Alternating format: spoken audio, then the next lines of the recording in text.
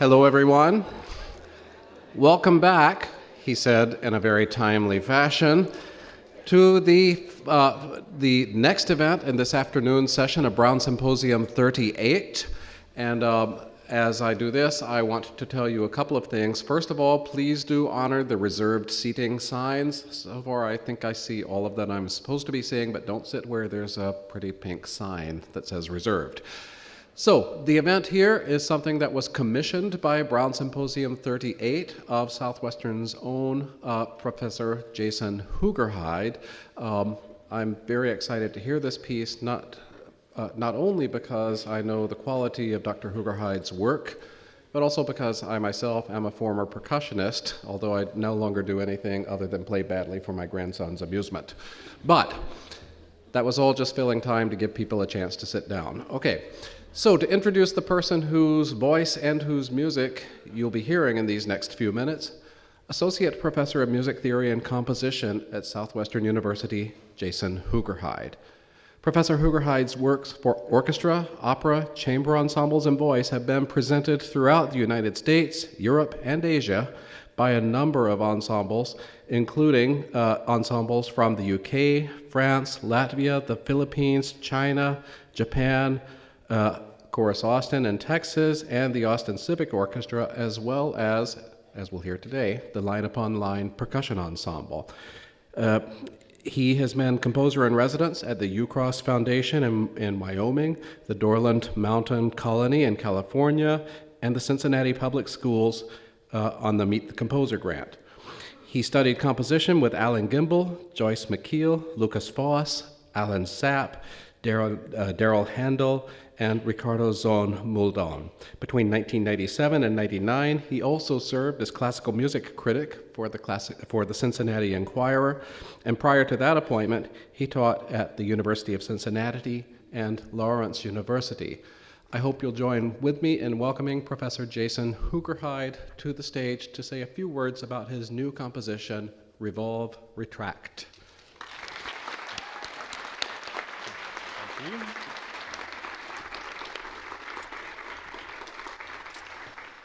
Good afternoon.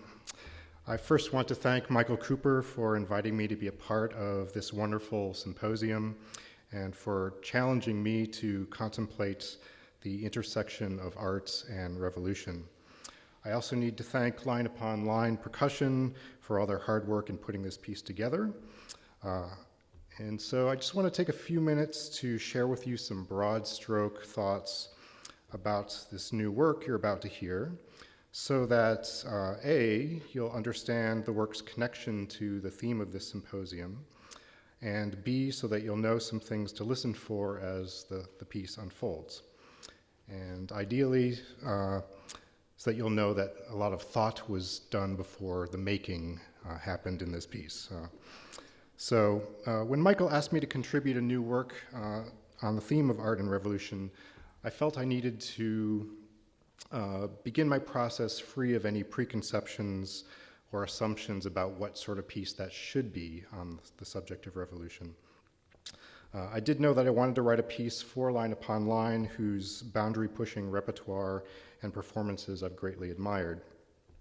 So I started my process very conceptually, just initially considering definitions of the word revolution, and two of those definitions ultimately became the catalysts for the musical ideas that you'll hear this afternoon. And both of these definitions are ones that we've visited already this morning and this afternoon. So the first of those definitions, the movement of an object in a circular course around another object or about an axis or a center. So, this definition immediately and quite obviously brought to mind the image of planetary orbits, the idea of an object upon completion of a full revolution, ending where it began, certainly has significant resonance in Western classical music, where ideas initiating a composition are often recapitulated at its close, albeit in some transformed way. This particular take on revolution is manifested in the work in a variety of ways. The three percussionists will physically encircle or orbit a single instrument, the vibraphone you see here on stage, each inhabiting a unique space in that circle. One of the members, Cullen, will actually be playing the instrument upside down. Not Cirque du Soleil upside down, but from the back side of the instrument. So musical gestures that you'll hear in the piece have repeating circular structures themselves and are passed around the ensemble in orbital fashion. Shared ideas in the three parts will often align and misalign like planetary conjunctions. And the work's form as a whole is circular, returning at its close to the ideas with which it began. The second definition, a dramatic and wide-reaching change in the way something works or is organized. This definition seemed more in line with the initial assumptions about what this theme of this symposium happens to be. So I spent some time considering the perspective with regards to the history of Western classical music. Have changes in musical language over the centuries and changes in style been sudden, dramatic, and wide-reaching, or have those changes occurred as gradual evolutionary processes? I lean in my consideration towards the latter. I observe that musical language of a given era evolves from simple means of expression towards greater and greater complexity, as over time composers experiment more and more with the materials they inherit from their predecessors, or perhaps steal from their contemporaries. So with that in mind, I'd like to think of this image as a useful analogy. The slack rubber band is like a language at its point of greatest stability and simplicity, but over time, the boundaries of that language are stretched more and more towards greater tension, greater energy, greater complexity. But like the rubber band, there is a breaking point in the degree of energy and complexity that language will tolerate. At historical moments of greatest musical complexity, that language, we generally witness a retraction to a simpler means of expression, or the initiation of a new, simpler language beginning its own journey towards complexity.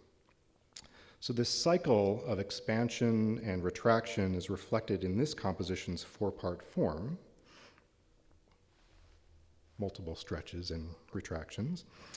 In each of the first three sections of this piece, you'll hear small, simple musical gestures shared by the three players.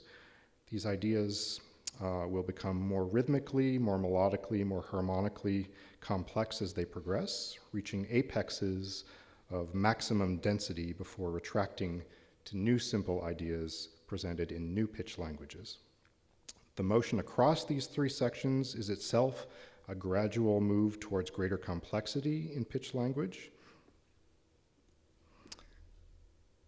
From pentatonicism at the outset, dealing with 5-note group explorations, through diatonicism, 7-note explorations, and finally to chromaticism with 12-note explorations. The final section, the fourth section, is a final retraction to the pentatonic ideas that the piece opened with. In other words, finally completing a single revolution over the course of the entire work. So, with these ideas in mind, I am very pleased to welcome Adam Bedell, Cullen Faulk, and Matthew Teodori, or line upon line percussion.